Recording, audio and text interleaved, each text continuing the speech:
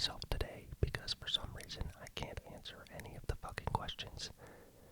And there are questions about myself and my life. So I took a little break and I'm just gonna answer things and we're gonna see what happens. So let's just get started. The first question is a nice and simple one, just to get us warmed up. How old are you? So, I am 23 years old, but not for much longer.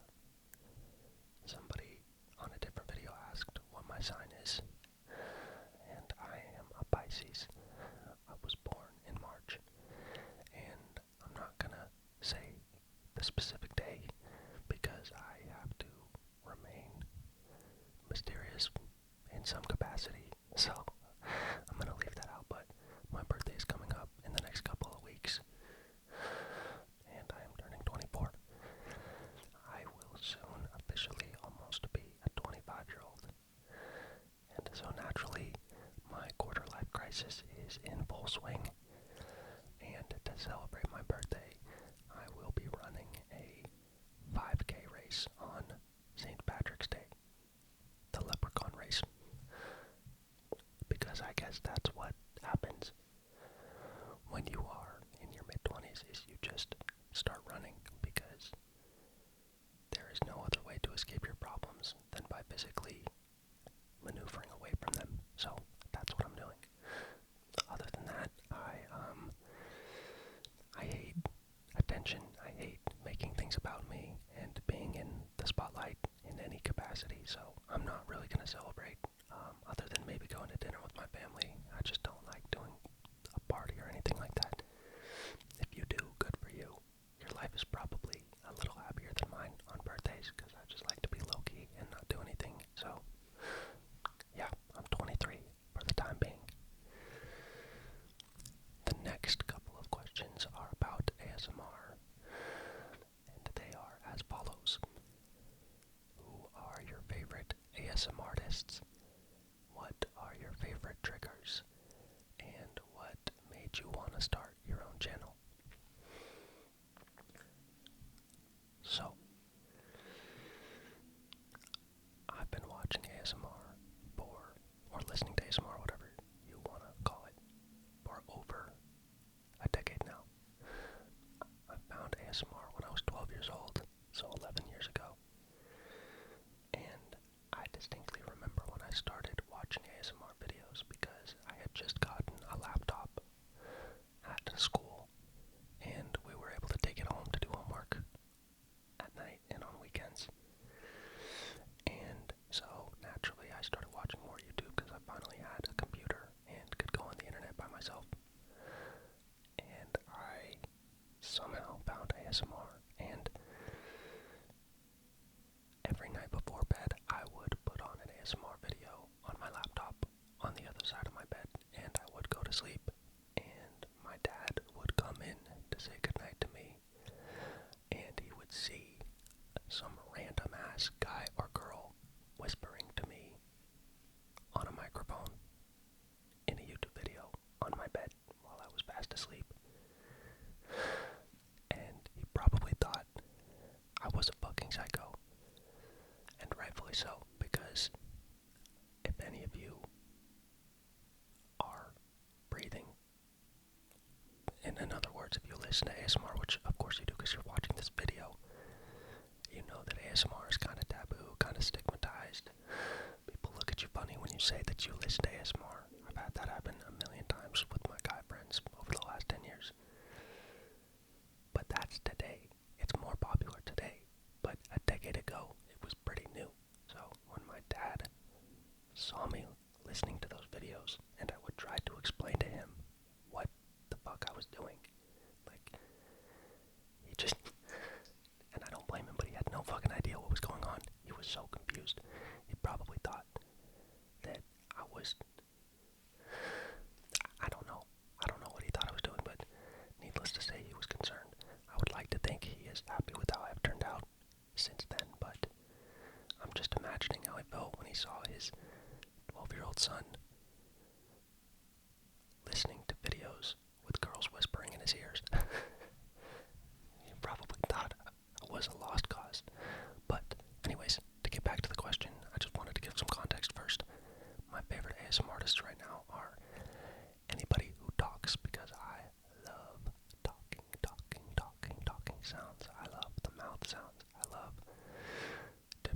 pronunciations. I love the emphasis of consonants and different words and syllables.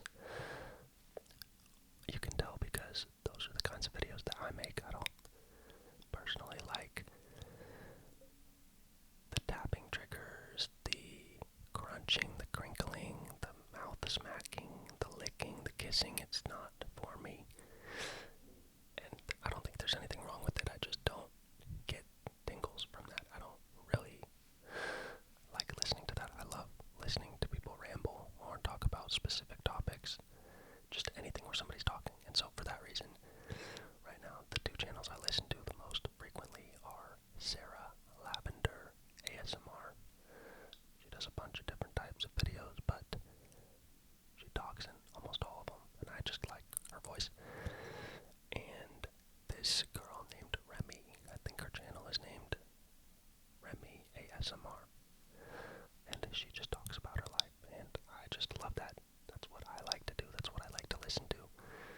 But if you guys have any suggestions for me on different triggers or sounds or stimuli you want me to try out, let me know. I'm obviously still new to this, so I want to try different things, but generally speaking, I like talking. So, what made me want to start my own channel is primarily just the fact that I love making videos. I've been making videos with my friends and by myself for as long as I can remember. I used to be the kid who would try super hard on all his class video projects because there was nothing I loved more than making my classmates laugh or get stressed out or irked out about things I was doing in my videos with my friends. And in a past life, not so long ago, just a few years ago, I actually made a lot of TikToks and had a separate YouTube channel under my name that was more like reaction style content. If you have ever heard of or seen Cody Co, he used to be my favorite YouTuber, and still kind of is, but used to be more so. And I just loved making funny reaction videos. So I would do that, and the channel actually did pretty well, and I was doing pretty well on TikTok, but I just got kind of burnt out because I feel like there's something fundamentally kind of mean about reaction content. I know there are like tasteful and, not mean ways to do it, but I just felt like on a very basic level it wasn't nice, and I just like being nice to people, so I kind of just stopped making that stuff. Anyways, I'm trying to do a softer whisper and a little bit slower of a whisper, kind of like I did in my Facts About Love video, so I don't know if you guys notice a difference, let me know. Obviously, the main thing you want to be good in an ASMR video where somebody's talking is the whispering, so I'm really trying to focus on having a good whispering voice, which, as you would know if you've seen any of my other videos, is hard because whispering is way harder than I thought it was. So just let me know how I'm doing, if you wouldn't mind. Thanks. I gotta take a quick water break.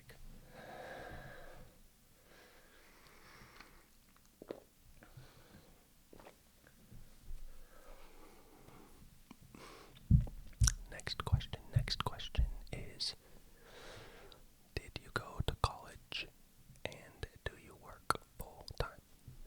A lot of these questions are two-parters, so just a heads up. I don't know if it really matters, but yeah. Yes, I did go to college. I went to the University of Nevada, Reno, which is in my hometown, in my home state of Reno, Nevada. This is where I was born and raised, and that is actually largely why I did not love college or my college experience. I might make a separate video on this because I feel like college is an interesting topic in general. But to make a long story short, a lot of my friends from high school went out of state to different schools for university, and I had wanted to do the same because I was very studious and academic, and I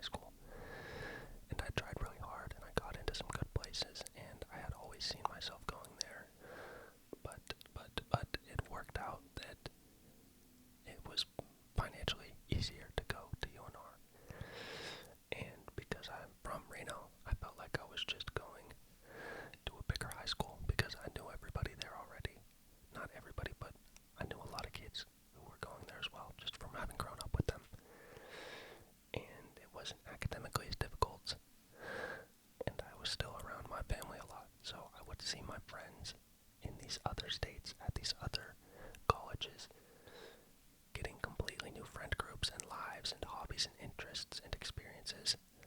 And truthfully, I was jealous. I was super jealous, and it made me resentful of the school I went to and my experience, and thus I didn't really extend myself as much as I should have.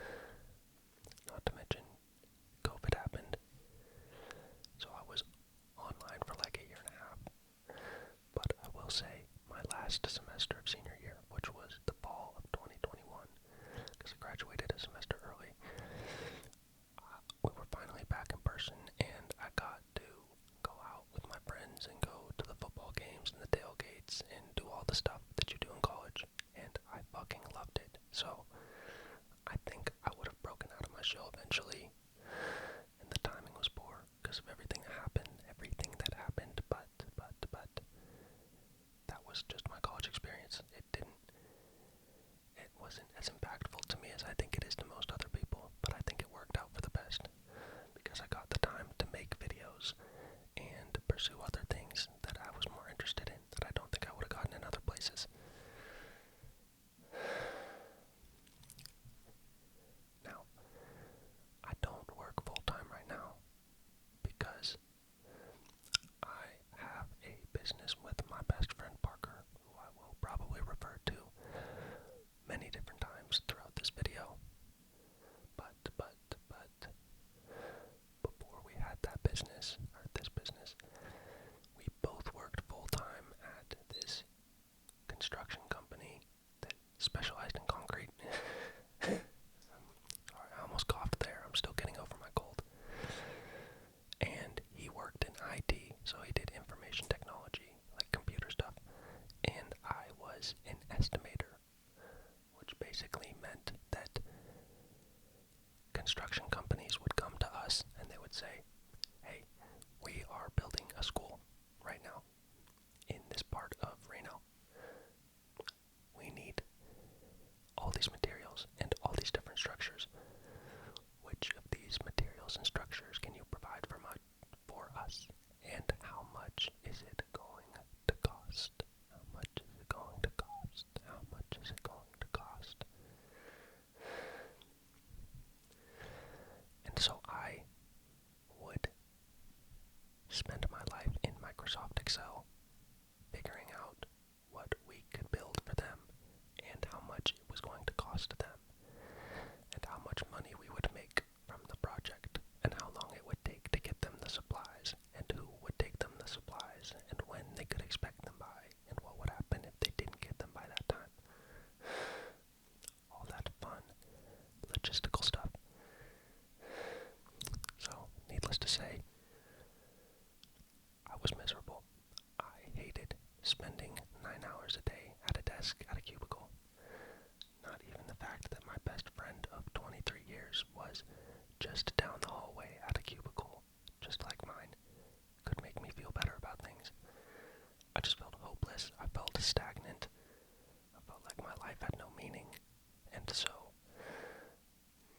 Parker and I started working on a business that I might get into later. I think there's another question about it that essentially does data analysis for online e-commerce companies.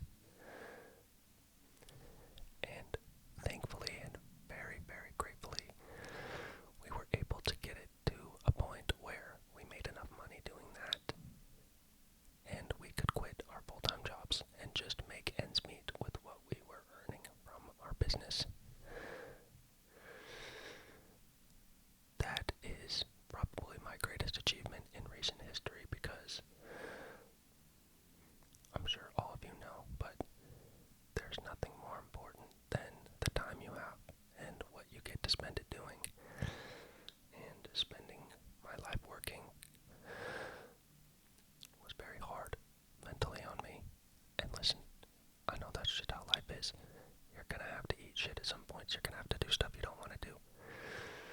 But I feel very lucky and fortunate that I was able to do something with my best friend to help give us some more time to pursue other things we want. Because truthfully, if I wasn't doing my own thing, I don't think I would have the time to make ASMR videos. And this is something I really like doing, and so I feel lucky that I get the chance chance to do it, and it's because Parker and I worked on this other thing, so I'm grateful. Next question.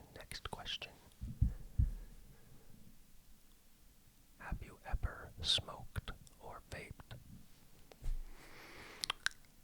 Unfortunately, yes, I have done both. Now, when I say smoked, I have never smoked a cigarette. I've hit a joint a few different times, and I have hit a vape a few different times, but not in years. And I did not enjoy either of my experiences with either of those drugs. I wouldn't say I'm like type A, but I just like to be in control of myself and my thoughts and feelings and my limbs. And every time I've ever gotten high, I have felt like I have completely lost control of my thoughts and my body, and it gives me a level of anxiety that I cannot even begin to describe. The last time I tried smoking, and I shouldn't have even done it, was like 5-6 months ago, and I was sitting right where I'm looking right now on the edge of my bed, hanging on to my mental health. I don't know what the word is. Hanging on to my, I don't know what the word is. I was hanging on by a fucking thread because I started to spiral. I could feel myself, and the fact that I wasn't in control of myself, I couldn't control my thoughts. I couldn't control what I was looking at or what I was focusing on, and I almost fucking lost it. Thank God I didn't. But that was the last time I smoked. I will never smoke again. I'm done. I can't do it. As for vaping, a couple of my friends vape. I don't have anything against it. I'm not into it. It's not for me. Truthfully, I could never inhale correctly, so I never even really felt the buzz from a vape. But I just don't like putting chemicals in my body. I try to be pretty healthy, so that's just one of those things I don't want to do. And if you do it, good for you. I don't really care. It is what it is.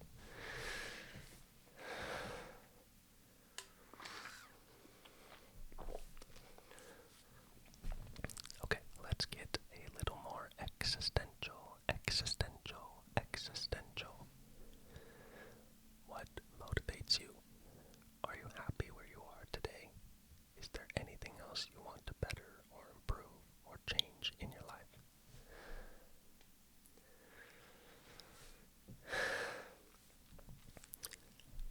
Generally speaking, and I'm not trying to get sympathy or be like, oh, woe is me, my life is so hard, this is so sad, feel bad for me. But I have, for as long as I can remember, been motivated by contempt for myself, by not liking myself. I usually hype myself up to do something by telling myself that I am inferior and that I am not good enough, and that the only way I can be good enough is if I go and do the thing I'm thinking about or accomplish the goal I'm trying to set for myself. Now, I'll be the first to say, I don't think that's a sustainable way of doing things.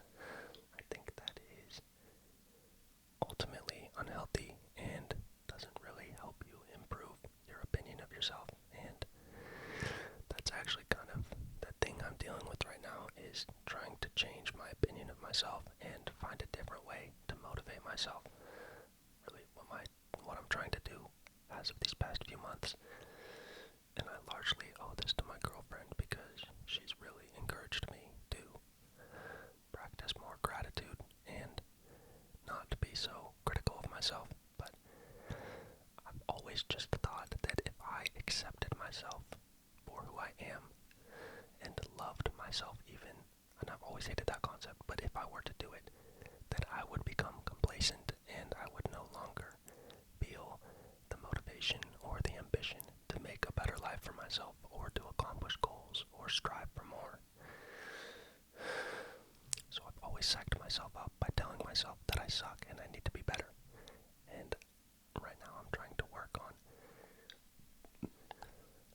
telling myself that I deserve a better life and I deserve to accomplish my goals, and kind of trying to reframe things in a more positive light and try deserve it, not because my life sucks, because I have an incredible life, and I think I get lost in that dissatisfaction because I know that that's what I use to motivate myself, but ultimately it makes me unhappy because I feel like I'm not good enough, and that's no way to live your life.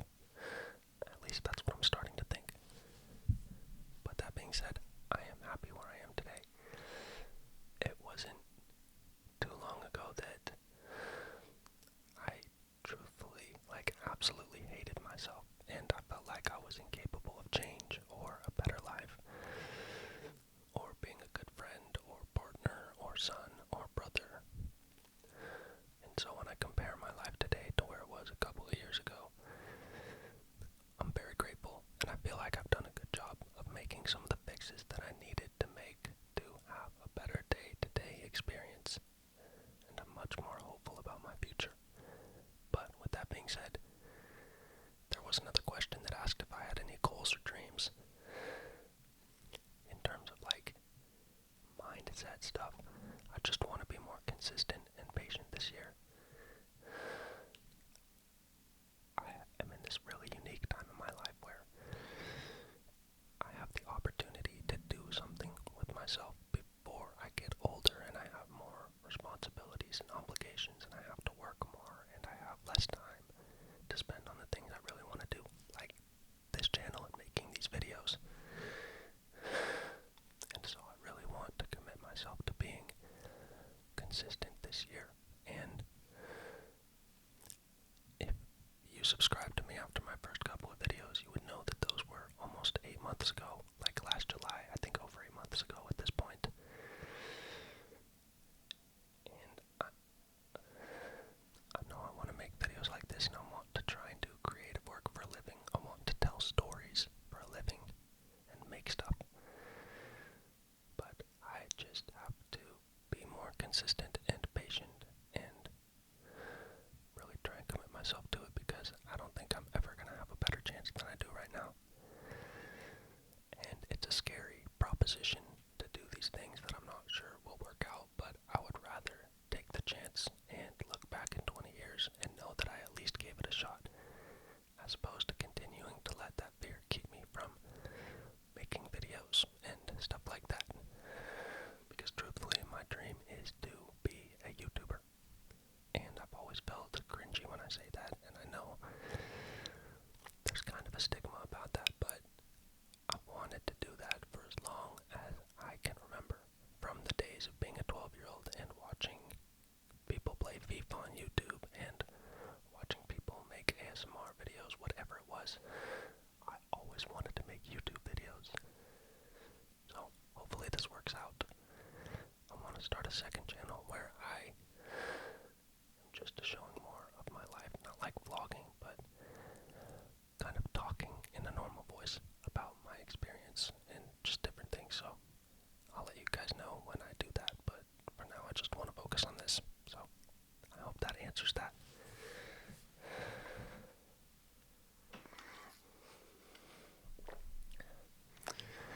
Next set of questions.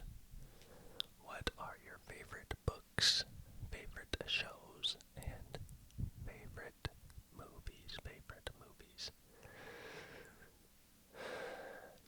So, my two favorite books of all time are right behind me. The first one is called The Creative Act, A Way of Being. It looks like this. I'll just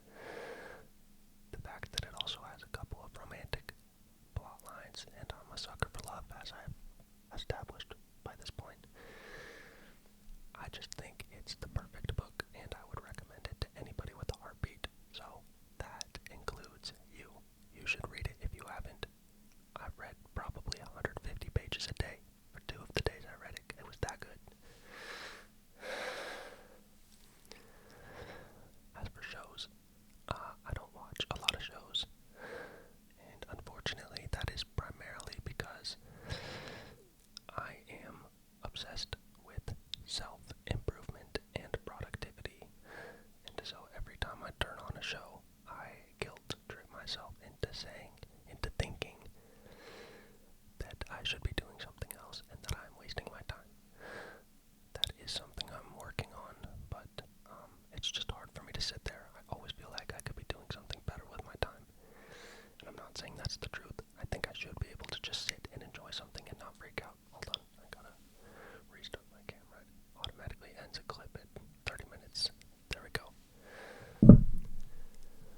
But, that's just the way I am. And it's kind of the same with movies, but my two favorite movies are Happy Gilmore, Happy Gilmore. Yeah, with Adam Sandler. I love all his movies. I just love stupid comedy movies like that, Grown-Ups, that kind of stuff. And The Martian, with Matt Damon.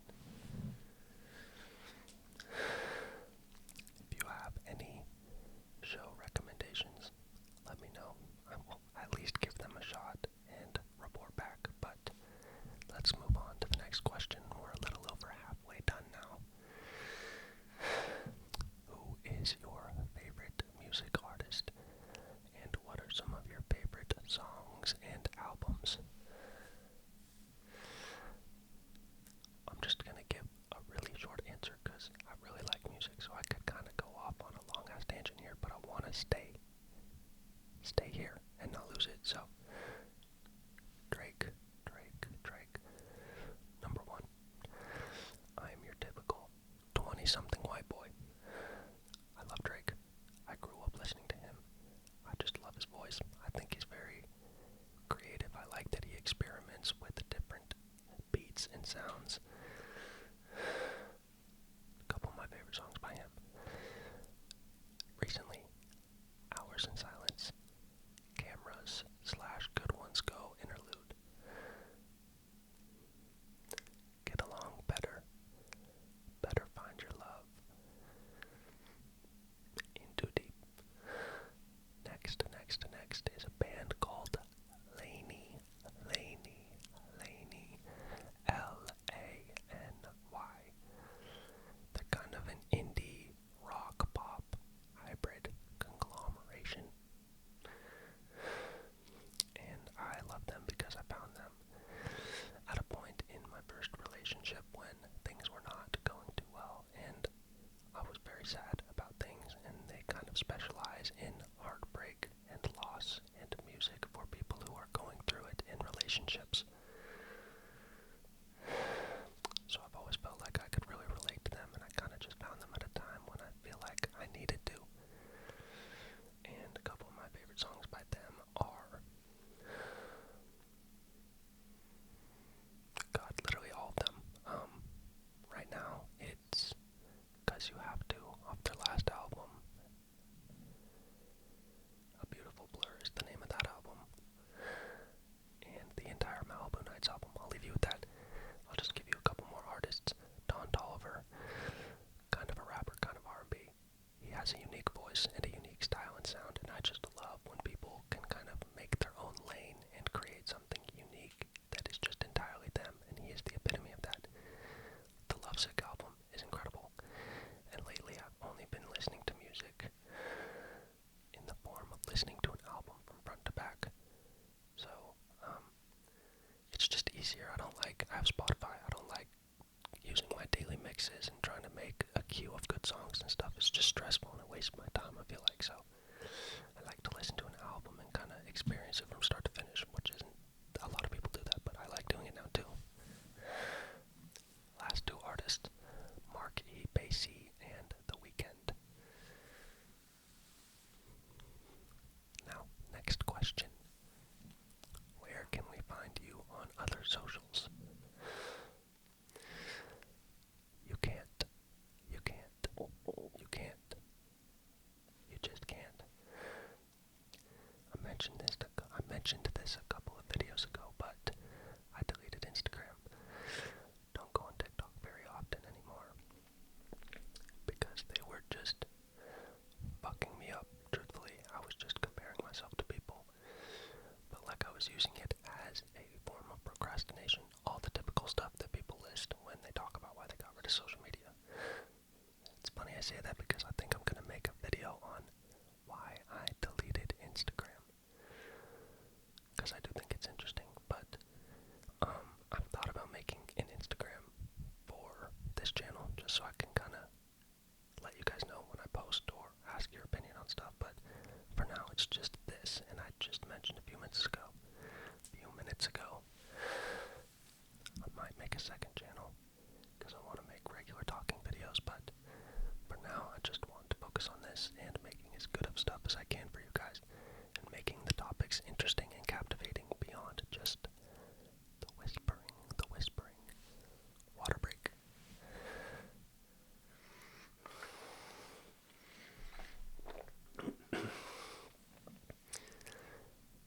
Tips on how to break destructive habits? Question mark, because it is a question. I think it really depends on the habit. Obviously, I think some require different efforts than others, but generally, the best way I've gotten rid of a bad habit is by quitting cold turkey. Whether that was deleting Instagram, or, I don't know, going no contact with my ex, or trying to think of other bad habits I had, like not making my bed, things like that. I think you just gotta flip the switch and do a 180. I don't think there's any way to ease into it, at least I'm not that kind of person. But what I really think would help in terms of a mindset when trying to get rid of a bad habit or start a new one is think beyond the immediate future. You're gonna be staring at your phone and you're gonna be thinking about Instagram and you're gonna want to open it. You're gonna open the pantry and you're gonna see the donut and you're gonna think about how fucking good it would taste. You're gonna see a billboard for Cane's or for In-N-Out or for Qdoba or Chipotle, and your mouth is gonna water and you're gonna think, holy shit, I want that so fucking bad right now. But you have to think past the moment of consumption, the moment of performing the bad habit. Gotta think past the moment where you eat that donut, the moment you open Instagram, the moment you text your ex or your dumbass situationship, and think about how shitty you're gonna feel about yourself. Think past that little dopamine hit, and you will remember why you quit, because you will remember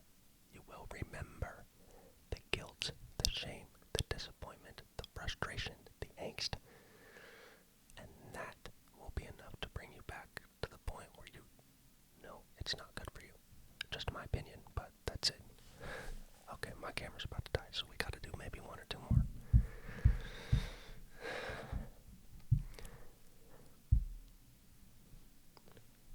Okay, I'm trying to pick quickly because I'm straight up about to run out of battery. Last question. What are your thoughts on when someone can determine whether or not they are ready to be in a relationship?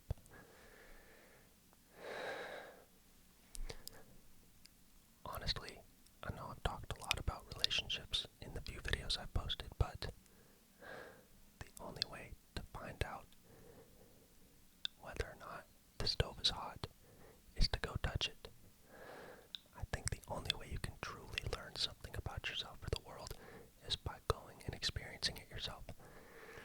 Obviously, there are times where you might definitively feel like, I just need to focus on myself.